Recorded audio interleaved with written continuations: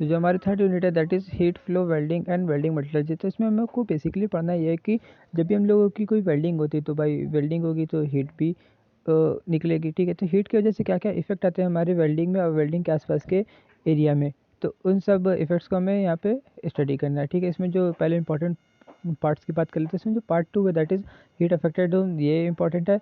And जो part number 6 है that is factor affecting changes in micro and macro structure of has, ये भी important topic है। और ये जो गैस मेटल रिएक्शन है ये काफ़ी ज़्यादा इंपॉर्टेंट टॉपिक है फ्रॉम थर्ड यूनिट। सो जो हमारा पहला क्वेश्चन है that is explain in brief about weld thermal cycle. So weld thermal cycle basically क्या है कि जैसे कि जब कोई वेल्डिंग होती है, ये वाले डायग्राम पे देख लेते हैं पहले। ये जैसे कि एक बट जॉइंट की वेल्डिंग है, ठीक है। तो इसमें क्या है कि ये जो डॉटेड लाइन है ये आपके वेल्डिंग को शो कर रहा है कि हाँ यहाँ से होते हुए वेल्डिंग गई है। और ये हिस्से दो हमारे बट जॉइंट के वर्कपीस रखे हैं। तो ये क्या है कि देखिए जो ए पॉइंट है, ठीक है।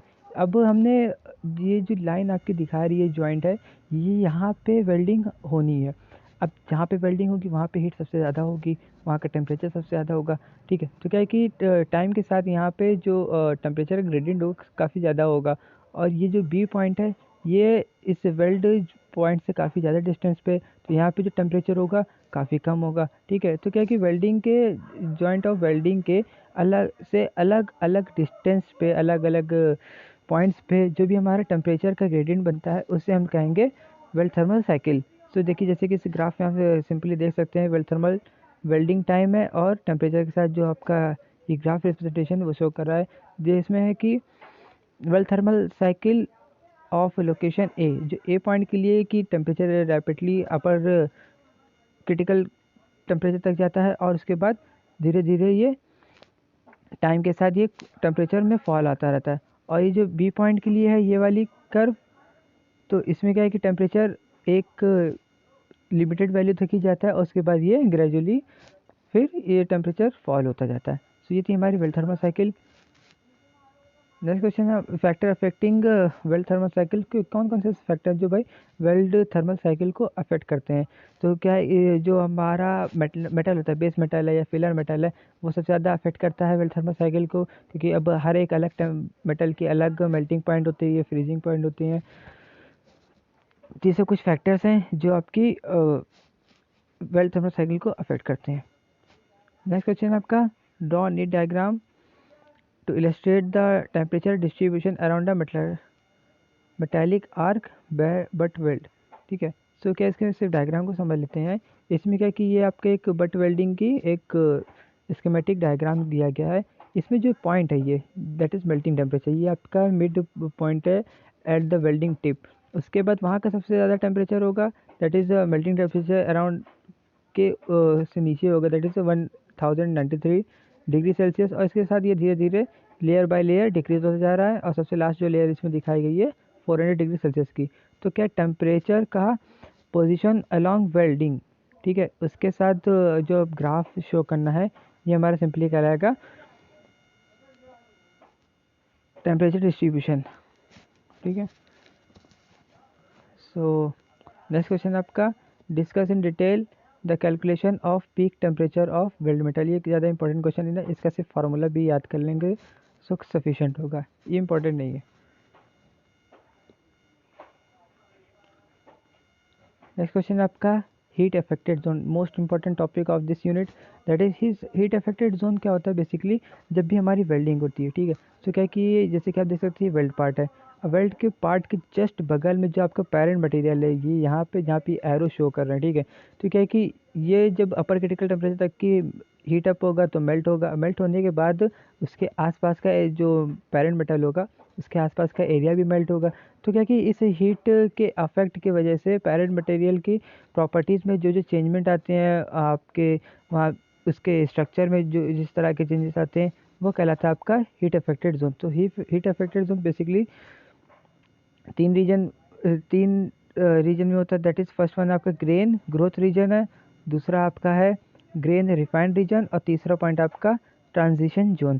सो इस डायग्राम में हम लोग समझ लेते हैं कि पहले ग्रेन ग्रोथ रीजन क्या है। तो ग्रेन ग्रोथ रीजन क्या है बेसिकली जहाँ पे एरोज देख रहे हैं आप लोग, ये ये जहाँ से एरोज स्टार्ट हो रहे हैं ये आपका कहलाता है ग्रेन ग्रोथ रीजन, क्योंकि जो ग्रेन ग्रोथ, ग्रेन का मतलब क्या है कि जो भी आपका मेटल है, पेरेंट मेटल, वो ग्रेनुअल फॉर्म में फॉर्म होना स्टार्ट हो जाता है। ठीक है, तो क्या है कि ग्रेन ग्रोथ रीजन यहाँ के जो ग्रेनुल्स हैं यहीं से फॉर्म होने स्टार्ट होते हैं। उसके बाद नेक्स्ट आता है आपका ग्रेन रिफाइंड रीजन। उसके बाद जब यहाँ पे ग्रेन ग्रोथ हो जाएगी तो यहाँ पे एरो का ये टिप है, ये यहाँ पास जो ग्रेन है वो रिफाइंड हो गया, यानी ग्रेन का साइज अब छोटा छोटा होने लगेगा as compare to the previous one. अब जो नेक्स्ट आपकी है कि ट्रांजिशन रीजन। ट्रांजिशन रीजन क्या है कि जो आपकी डॉटेड लाइन देख सक पा रहे हैं, ये ट्रांजिशन रीजन वो रीजन होता है जो कि हीट अफेक्टेड जोन और जो नॉन अफेक्टेड मेटल है पेरेंट मेटल का, उनके बीच की जो ट्रांजिशन लेयर होती है वो कहलाता है आपका ट्रांजिशन रीजन।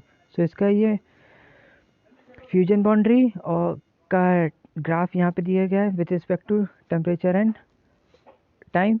यहाँ पे टाइम के देखिए, इधर इस लाइन पे टाइम बढ़ रहा है, इस पे टेम्परेचर बढ़ रहा है। तो क्या है कि हीट करने पे टेम्परेचर रैपिडली इंक्रीज होगा, उसके बाद जो धीरे धीरे डिक्रीज होता है विद रिस्पेक्ट टू टाइम। और इसमें क्या है कि आउटर बाउंड्री ऑफ हैज़, ये जो आउटर बाउंड्री साइड्स हैं ये हीट अफेक्टेड जोन की, उसका ग्राफ है with respect to time and temperature. तो इस साइड पे इस डायरेक्शन में आपका टेम्परेचर बढ़ेगा और इस डायरेक्शन में आपका टाइम। तो जैसे जैसे टाइम बढ़ेगा हीटिंग पहले अप तक जाएगी, फिर धीरे धीरे ग्रेजुअली ये डिक्रीज होती जाएगी। ये आपका था हीट इफेक्टेड जोन का। अब क्या कि हीट इफेक्टेड जोन की वजह से क्या क्या डिसएडवांटेजेस हो सकते हैं, क्योंकि तो क्या हीट इफेक्टेड जोन के पोरोसिटी को का रीज़न बनता है। पोरोसिटी की वजह से आपकी वेल्डिंग में ब्रिटलनेस हो सकती है और आपकी जो वेल्डिंग है वो फेलियर की तरफ मूव कर सकती है। नेक्स्ट क्वेश्चन आपका describe in detail steps involved in cooling rate of welds. तो क्या कूलिंग रेट क्या है बेसिकली कि how much rapidly the welded या liquid metal of welding start cooling. ठीक है, क्या कि इसका आप सिर्फ सिंपल सा जो फार्मूला है पहले एक तरह इसको भी सिर्फ फार्मूलेट याद कर लेंगे तो भी सफिशिएंट होगा। ये आपको इसमें रिप्रेजेंट करना है कि जो भी कूलिंग रेट है वो कैसे अफेक्ट करता है प्रॉपर्टी ऑफ जॉइंट की, वेल्डेड जॉइंट की। ठीक है, तो इसमें जो आप लोग ने लास्ट सेमेस्टर में मैन्युफैक्चरिंग प्रोसेस में पढ़ा होता ट्रिपल टी डायग्राम, तो ये सिंपली उसी पे बेस्ड है। इसमें आप लोग देख सकते हैं कि टाइम के साथ टाइम लॉग स्केल है, इस साइड पे टेम्परेचर है। ठीक है, तो क्या है कि जैसे जैसे जितना ज़्यादा हाई टेम्परेचर होगा फिर धीरे धीरे वो कूलिंग की तरफ बढ़ेगा। तो क्या है कि जो अलग अलग मटेरियल के अलग अलग time with respect to time जो कूलिंग कब समय अकर होती हैं वो हमें बताती हैं कि किस तरह की मेटल फॉर्म होगी आफ्टर द कूलिंग। इसके बारे में बात कर लेते हैं। इस कर्व एक ही दैट इज़ अ कोर्स पर लाइट। सो कोर्स पर लाइट क्या है कि कोर्स पर लाइट क्या है कि show very slow cooling rate conventional annealing and it forms a course पर लाइट विथ लो हार्डनेस। अब इसमें इस सिंपल से डायग्राम का कहने का मतलब ये है कि अगर हम जब भी हमने कोई वेल्डिंग की, ठीक है, अब क्या कि इसको हम अनीलिंग के थ्रू कूल होने देते हैं। अनीलिंग में क्या जो प्रोसेस होती है उसमें क्या होता है कि जब भी हमारा वर्कपीस है उसको हम लोग ऐसे रूम में ऐसे छोड़ देते हैं कि वो धीरे धीरे with the effect of air अपना ग्रेजुअली अपना नेचुरली जो है कूल होगा। तो जब इस तरह की कूलेंट प्रॉपर्टी होगी तो हमें कैसा मटेरियल मिलेगा, वो होगा कोर्स परलाइट का। ठीक है, अब नेक्स्ट है आपका क्या, जैसे ये बी कर्व है, बी में आपको मिले मीडियम परलाइट। मीडियम परलाइट में क्या तब हमें मिलेगा जब हम इसे नॉर्मलाइजिंग के लिए कर देंगे, छोड़ देंगे। नॉर्मलाइजिंग कूलिंग जब करेंगे तो इसमें क्या होगा कि आपको मीडियम परलाइट मिलेगा। इस तरह से फाइन परलाइट मिलेगा। फाइन परलाइट कब मिल रहा है, जो हम लोग क्वेंचिंग करते हैं। ये आपका ट्रिपल टी डायग्राम का था सिंपल सा। इसमें एक चीज़ जो लास्ट के point number 10 and point number 11 है, अगर कूलिंग रेट जो आपका क्रिटिकल कूलिंग रेट से ज़्यादा होगा तो आपका मार्टेन साइड स्ट्रक्चर मिलेगा, और अगर आपका जो कूलिंग रेट है वो क्रिटिकल कूलिंग रेट से कम होगा तब हमें ट्रांसफॉर्मेशन ऑफ परलाइट और बाइनाइट फॉर्म में मिलता है। जो भी आपका वेल्डेड मटेरियल होगा उसकी फॉर्म की बात हो रही है यहाँ पे। सो नेक्स्ट क्वेश्चन है what do you mean by heating rate and cooling rate. अब हीटिंग रेट क्या है, heating rate of work piece depends on how hot the heat source and how efficiently that heat is transfer to the work. अब जैसे कि यार कोई घर की जो गैस होती है वो एक नॉर्मल हीट पे होती है, ठीक है, वहीं पे कोई फर्नेस है उसकी हीट ज़्यादा होती है। तो सेम इसी तरह से जो आपकी वेल्डिंग आर्क होती है, वेल्डिंग पावर सोर्स की जो वेल्डिंग आर्क होती है या फ्लेम्स होती है, तो उसकी हीट इंटेंसिटी कितनी है, तो ये आपका कहला वो जितनी ज़्यादा हीट इंटेंसिटी होगी उतनी ज़्यादा हीट का ट्रांसफ़र होगा वेल्डिंग मटेरियल में, तो ये आपका कहलाता है हीटिंग रेट, ठीक है। तो इसी तरह से कूलिंग रेट है। कूलिंग रेट क्या कि how much rapidly the welded liquid transform into the solid from liquid, तो ये आपका कहलाता है कूलिंग रेट, ठीक है। तो effect of heating rate, heating rate के कुछ इफेक्ट भी होते हैं हमारी वेल्डिंग में।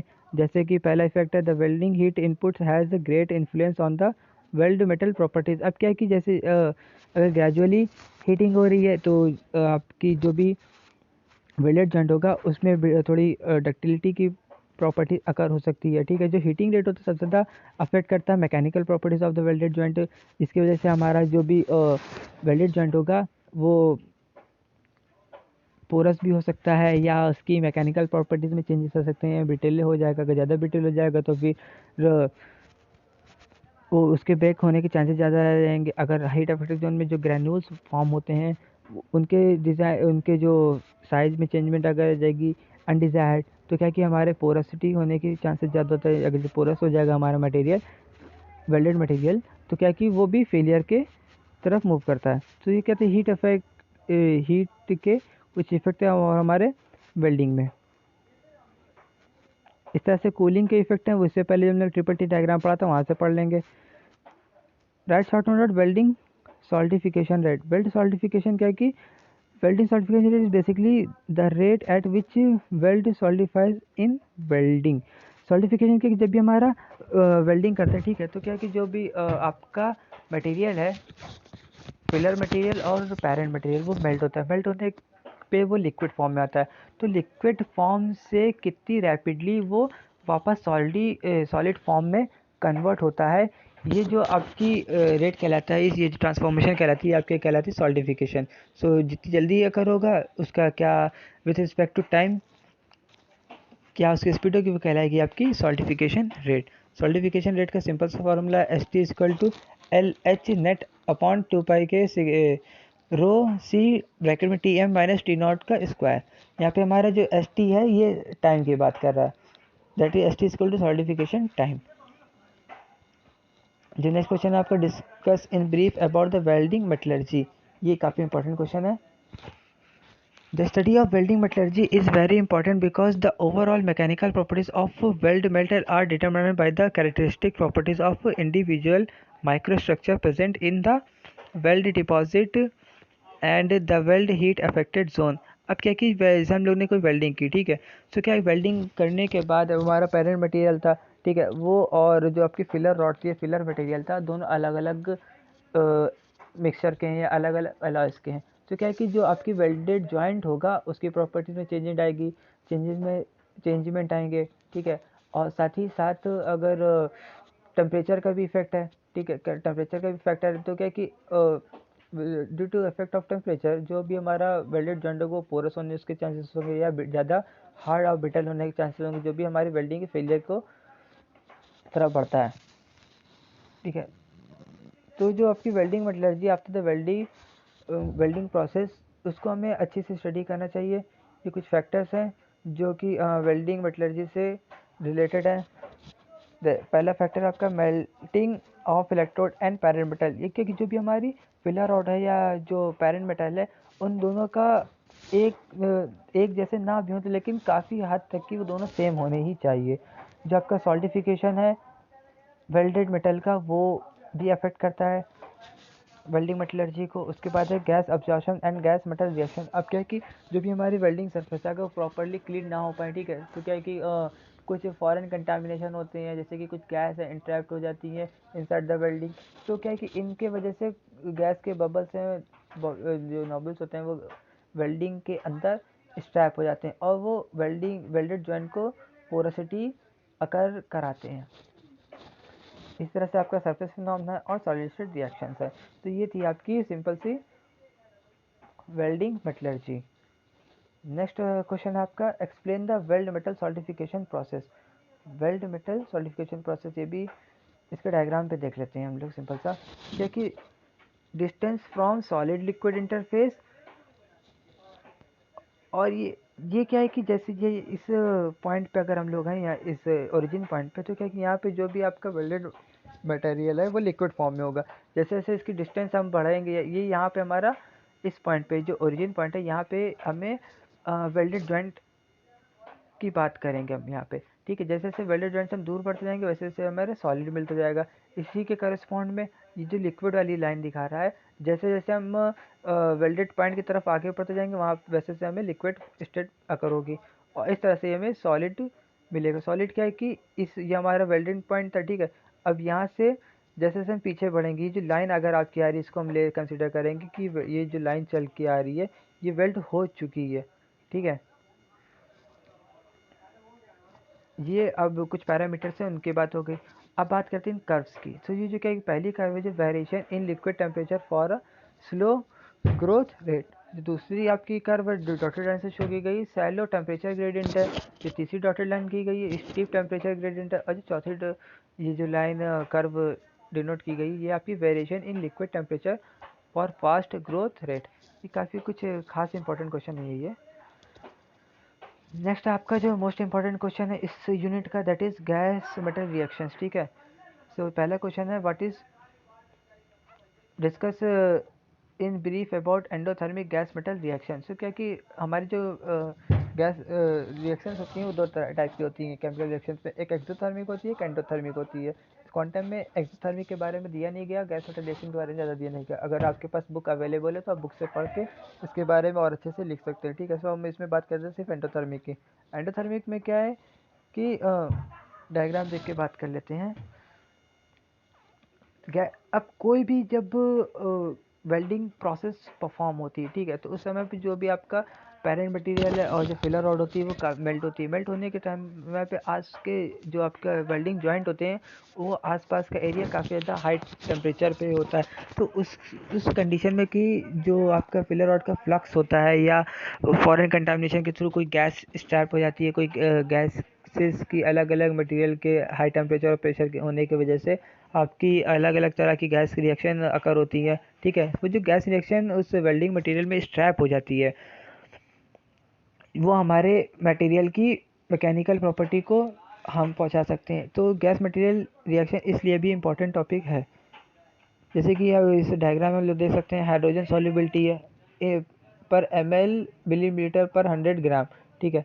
इसका ये इस एक्सिस पे एक्स एक्सिस पे हम लोग टेम्परेचर का फैक्टर लिया है और इस वाई एक्सिस पे हम लोग ने हाइड्रोजन सॉल्युबिलिटी का लिया, ठीक है। सो अलग अलग मटेरियल के लिए यहाँ पे कर्व्स दी गई हैं। पहला हमारी कॉपर के लिए, कॉपर में क्या देख सकते हैं इसे जो जीरो से अगर हम टेम्परेचर की तरफ आगे बढ़ते हैं तो धीरे धीरे ग्रेजुअली टेम्परेचर के बढ़ने के साथ आपकी जो हाइड्रोजन सॉल्युबिलिटी है वो भी धीरे धीरे इंक्रीज होती है। बट क्या कि in case of ferrous Fe ये जब वह जो 1500 डिग्री सेल्सियस के बाद ही हाइड्रोजन सॉल्युबिलिटी अकर होती है और ये 3 ml पर 100 ग्राम तक जाने के बाद ये फिर धीरे धीरे ग्रेजुअली इंक्रीज होती है और फिर इस तरह से ये यहाँ पे शो की गई इस कर्व में। इस तरह से निकल की है और ये एल्यूमिनियम के लिए डिनोट की गई है। गैस मेटल रिएक्शन की कुछ रिएक्शंस है, जैसे कि जो हमारा कॉपर है तो उसके सराउंडिंग की ऑक्सीजन है, या हमारी कहीं कहीं पे हम लोग ऑक्सीजन को एज फ्लक्स भी यूज़ करते हैं, ठीक है। तो वहाँ पे क्या होगा कि जो कॉपर है वो ऑक्सीजन से रिएक्शन करके क्यूप्रस ऑक्साइड बनाएगा और डेल्टा G1 हमारी एनर्जी रिलीज होती है। और इसके साथ इसी तरह से ये हमारी H2 हाइड्रोजन गैस है, ऑक्सीजन के साथ रिएक्शन करके H2O यानी कि वाटर फॉर्म करेगा और डेल्टा G2 हमारी delta G1 and delta G2 ये हमारे एनर्जीज हैं, रिलीज एनर्जीज हैं, ठीक है।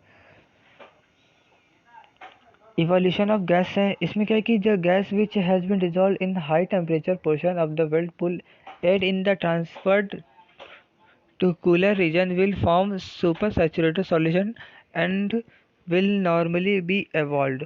For gas evolution to take place, there should be a minimum degree of supersaturation and the presence of suitable nuclei. The gas bubbles, if they become entrapped in the fast freezing metal, it will give rise to porosity. So क्या basically जो gas trap हो जाती है inside the welded metal, अब क्या कि अगर ये नॉर्मल कंडीशंस में क्या है तो ये इवॉल्व हो जाती है, निकल जाती है, और अगर ये रैपिडली कूल हो रही है तो क्या करेगी, ये उसी के अंदर ट्रैप हो जाती है, बबल फॉर्म हो गए अगर, तो वो जो भी हमारा वेल्डेड जॉइंट है उसकी पोरोसिटी को वहाँ पे अगर करा देते हैं। नेक्स्ट क्वेश्चन आपका, explain the mechanics of slag metal reaction. अब जैसे हम लोग ने गैस मेटल रिएक्शन पढ़ा था, गैस मेटल रिएक्शन में क्या हो रहा था बेसिकली कि अलग अलग तरह की जो भी गैसेस थी मटेरियल से रिएक्शन करके inside the welded metal pool में वो स्टैक हो जा रही थी। तो जो स्लैग मेटल रिएक्शन है ये सेम वैसे ही, इसमें क्या होगा, जो भी हम लोग स्लैग यूज़ करते हैं फॉर फ्लक्स या इनर्ट गैसेस होती हैं, ठीक है, तो जो भी हम लोग स्लैग यूज़ करते हैं वो हमारे इस वेल्डेड मटेरियल के साथ केमिकल रिएक्शन करता है और हमारी जो भी वेल्डेड जॉइंट होता है उसकी मैकेनिकल प्रॉपर्टीज़ को अफेक्ट करता है। इसका डायग्राम है, यहाँ पे देख लेते हैं। कुछ खास इंपॉर्टेंट क्वेश्चन है नहीं ये। नेक्स्ट क्वेश्चन है आपका, write down the various factors affecting the changes of micro structure and mechanical properties of health. कुछ ऐसे फैक्टर्स की हमें बात करनी जो कि हमारे माइक्रो स्ट्रक्चर और हीट अफेक्टेड जोन को अफेक्ट करते हैं, जिसमें से पहला है वेल्ड प्रोसेस यूज। अब ये जो हमारी कौन किस तरह के वेल्डिंग प्रोसेस यूज़ कर रहे हैं वो सबसे ज़्यादा मेन फैक्टर होता है जो अफेक्ट करता है हैज़ और micro structure of the welded material को। क्योंकि जो जैसे कि इलेक्ट्रिक वेल्डिंग है, ठीक है, तो उसमें क्या कि जो टेम्परेचर का फैक्टर है और किस तरह की प्रोसेस यूज़ करते हैं, ये सब अलग अलग वेल्डिंग के लिए अलग अलग फैक्टर्स होते हैं। जो सेकंड पॉइंट हमारा फिलर रॉड है। अब जो भी हमारी फिलर रॉड है, जैसे कि ब्रेजिंग में लोग क्या करते हैं कि जो फिलर रॉड होती है वो पैरेलल मटेरियल से डिफरेंट होती है, बट क्या कि इलेक्ट्रिक आर्क वेल्डिंग में जो भी आपकी फिलर रॉड होती है पैरेलल मटेरियल के जैसे सेम होनी चाहिए। कुछ कंडीशन है, amount of oxygen nitrogen present कितनी प्रेजेंट है, ये सब कंडीशन भी अफेक्ट करती हैं हैज़ को और microstructure of the. Next question है that is micro and micro structure in weld metal and heat affected zone HAZ. तो इसमें डायग्राम में देख लेते हैं, जैसे कि अभी हम लोग ने इससे पहले हैज़ का जो स्ट्रक्चर पढ़ा था उसमें क्या है कि बेसिकली इसमें 3 रीजन होते हैं, grain growth region, grain refine region और ट्रांजिशन रीजन। तो उसी तरह से ये हमारा डायग्राम है, ठीक है। इस डायग्राम में ये जो है ऊपर ये जो चिल्ड आउटर क्रिस्टल है ये क्या है बेसिकली जब हमारी वेल्डिंग हो जाती है, ठीक है, सो हॉरिजॉन्टली जो सरफेस पे हमारा जो वेल्डेड मटेरियल होता है वो, क्योंकि भाई अब ओपन एयर के कांटेक्ट में होता है, तो क्या है कि वो चिल्ड आउटर क्रिस्टल के में कन्वर्ट हो जाता है। अब उसके जस्ट नीचे जो लेयर होती है ये जो हमारी लार्ज रेगुलर शेप्ड क्रिस्टल्स हैं। अब ये क्या है कि यहाँ पे सबसे ज़्यादा टेम्परेचर होता है और ये इनके जो कूलिंग होती है, सॉल्डिफिकेशन होती है, ये भी अच्छे से हो जाती है। तो यहाँ पे जो लार्ज ग्रैन्युल्स फॉर्म होते हैं और ये जो आपके लॉन्ग इलांगेटेड कॉलमनर क्रिस्टल्स हैं इन्हें क्या है कि इसके कंपैरिजन में ये वाले थोड़े कम अच्छे से सॉल्डिफाई हो पाते हैं। तो यहाँ पे ग्रैनुलर स्ट्रक्चर फॉर्म होता है और उसके जस्ट बगल में जो हमारी ये फ्यूजन लाइन होती है ये हमारा पैरेंट मटेरियल है, ठीक है। ये पैरेंट मटेरियल भी इस हीट के अफेक्ट के वजह से ग्रैनुअल फॉर्म्स करता है। जो इन ग्रैनुअल्स का जो साइज होता है वो काफ़ी बड़ा होता है, ठीक है। और ये जो छोटे वाले स्ट्रक्चर आप देख पा रहे हैं, ये छोटे वाले ये हमारे पैरेंट मटेरियल के छोटे स्ट्रक्चर होते हैं, ये हीट के अफेक्ट की वजह से कम अफेक्ट हो पाते हैं, हीट के जो से कम अफेक्ट हो पाते हैं, ठीक है। तो ये जो आपके ये वाले स्ट्रक्चर्स हैं लॉन्ग इलांगेटेड, नहीं